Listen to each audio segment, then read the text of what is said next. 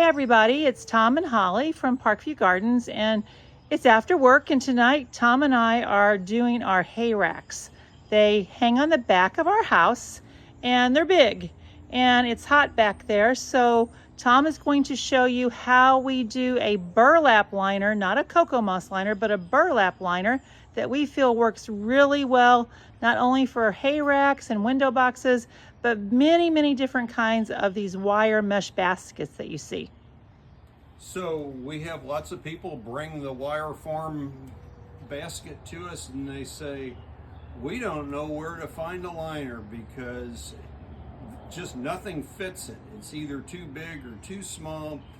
And we've created our own solution to this. It starts with burlap. We sell burlap here by the yard. It's not very expensive. I have, for a 4-foot box, I've cut off about 6 foot. I'm not very accurate, but it's roughly 6 foot.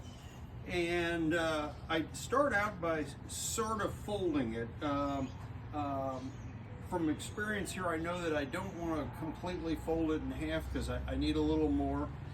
So what I try to do is put the doubled over portion of it to the front of the window box. Okay. So going around to this side of it, I just kind of flip it up there, lay it in place, and now just sort of shove it in.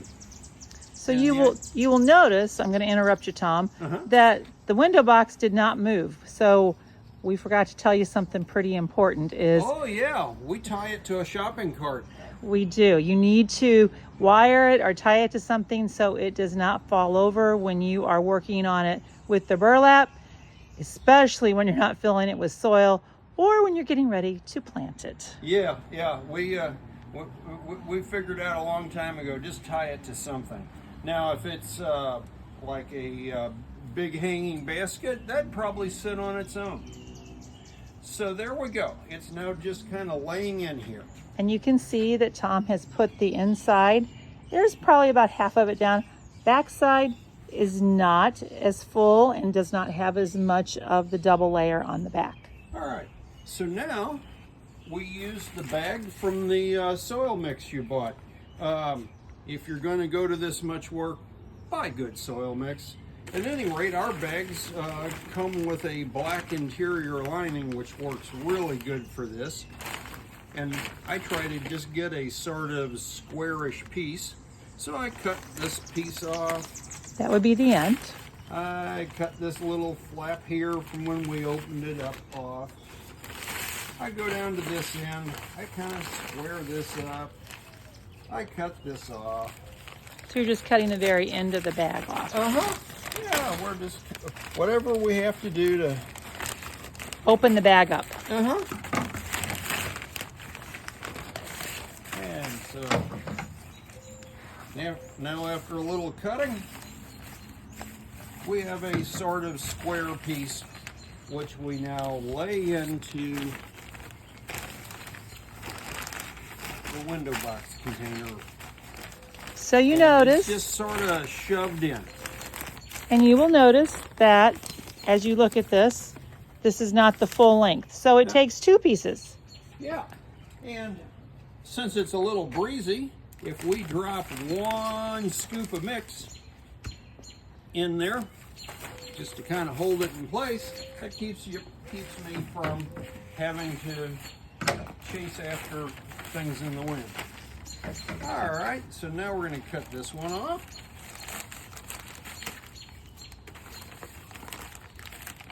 So you notice that as Tom's cutting that we are working back here in the, I guess, the guts and glory of Parkview Gardens. This is where we make a lot of our containers and our pots. The potting table is basically a couple old doors that we put together and put out.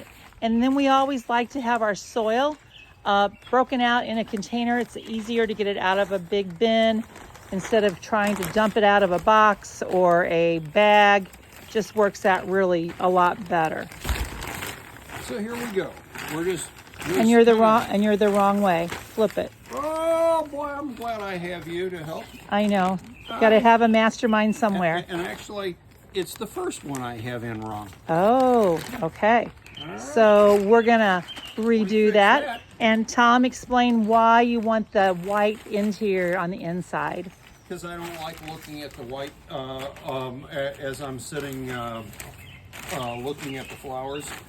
The black And sort of enjoying a fades. liquid refreshment. Yeah, the black sort of fades into the burlap itself. So, yeah, a little faux pas, but a good thing. So you all can see why it's important Yeah. that You can we see, it's move just it around. Sort of pack it in there, and now we add a couple scoops of mix into it. So not anything real hard to put in. Nope. And the soil is going to hold the plastic in place. Yep. And just sometimes I help. Most of the time Tom does this all by his lonesome. So I work on something else. He works on this until we get ready to plant. All right. So now that's kind of held in place by the mix.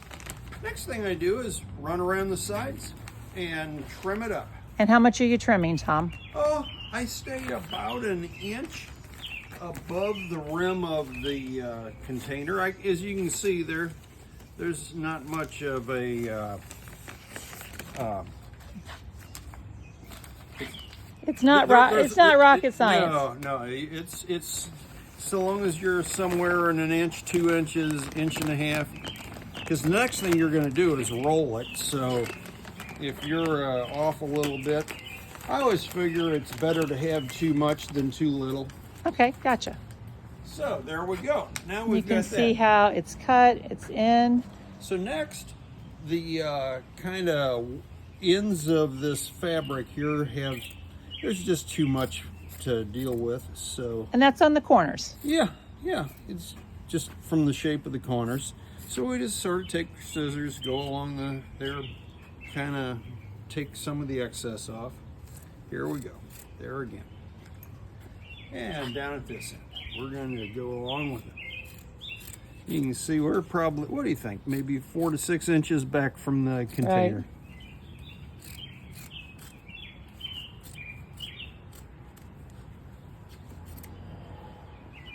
Now the front's nice and flush along the front. The back could use to be pulled up a little bit. And now we start with just a plain old stapler. This is some we have around here for stapling packages and boxes. It's a utility office type stapler. It's nothing Yeah. special. I'm sure you could do this with a desk stapler if you wanted to. Basically, just roll the plastic and the burlap together. The burlap goes right down into the soil mix in time. It's no big deal. You can see to get started here, we're probably 6 or 8 inches between staples. Maybe we'll come add some later. It just depends on how it lays. And we're just kind of going along, catching this side. So Tom, why did you put the plastic all the way up to the top in these containers? Just gives it a little bit of stiffness maybe, and it'll settle. Yeah, by the time we get this planted, it'll be down to the rim of the container. Right. So in some containers, we recommend, if you have a shade container, you can double your burlap, but you don't need to really put your plastic all the way up. But since these containers are all going to go onto the back of our house, which is hot sun on a brick wall, the plastic actually helps hold the moisture into the soil longer. And then it helps with not having to water as often. Yeah, it's a hot spot, but these containers have thrived there. They have. With good watering, and the bit we talk about of Fridays is for fertilizer. Well, we do that ourselves, and a little fertilizer certainly helps. It's been interesting as we share with customers. Fridays are for fertilizers, and then we also have a care sheet that goes home with everybody about Tom's tips.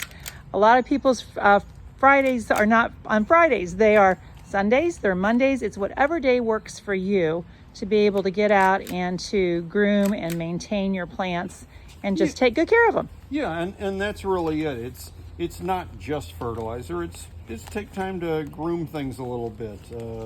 Just pull off any dead leaves. Just general care and maintenance. Right. And So there you have it. And when you do have a hanging basket, we encourage you to maybe rotate them every couple weeks or every week, depending on how much sunlight you get. So here you can see that Tom has put that all together. You can see that it does come up a wee bit more than what the wire is, or of the actual basket form itself. But as Tom shared, once we get more soil in there, it's going to bring it down. So now all that's left to do is just finish up. We'll add a little more mix. And I think we will hang these before we plant them. Who knows, maybe we like this video bit so much, we'll even do a video of planting them. Yeah, we'll see. We'll see. First of all, we have to decide what we're going to plant in them, but it needs to be something that can take the heat, loves the heat, the sun, likes all the hot. So last year in these planters, we had some of the coral reef sedum and some of the trailing vinca, and they were fabulous. So we'll have to take a walk and see what we want to pop into these pots. And Tom's pretty much put the amount of soil in there for right now. It will settle down. It is easier when we do hang them because they are so heavy. It takes both of us to hang them on the wall, and without anything, we don't have to worry about knocking it over. Yeah, and you don't get a video of that. No, you don't. But this is something fun. This is something that we've done that we thought would be a benefit to you, to help you decide on what's the best kind of liner you can have and how easy it is to do a burlap liner. Thanks for shopping with us at Parkview Gardens.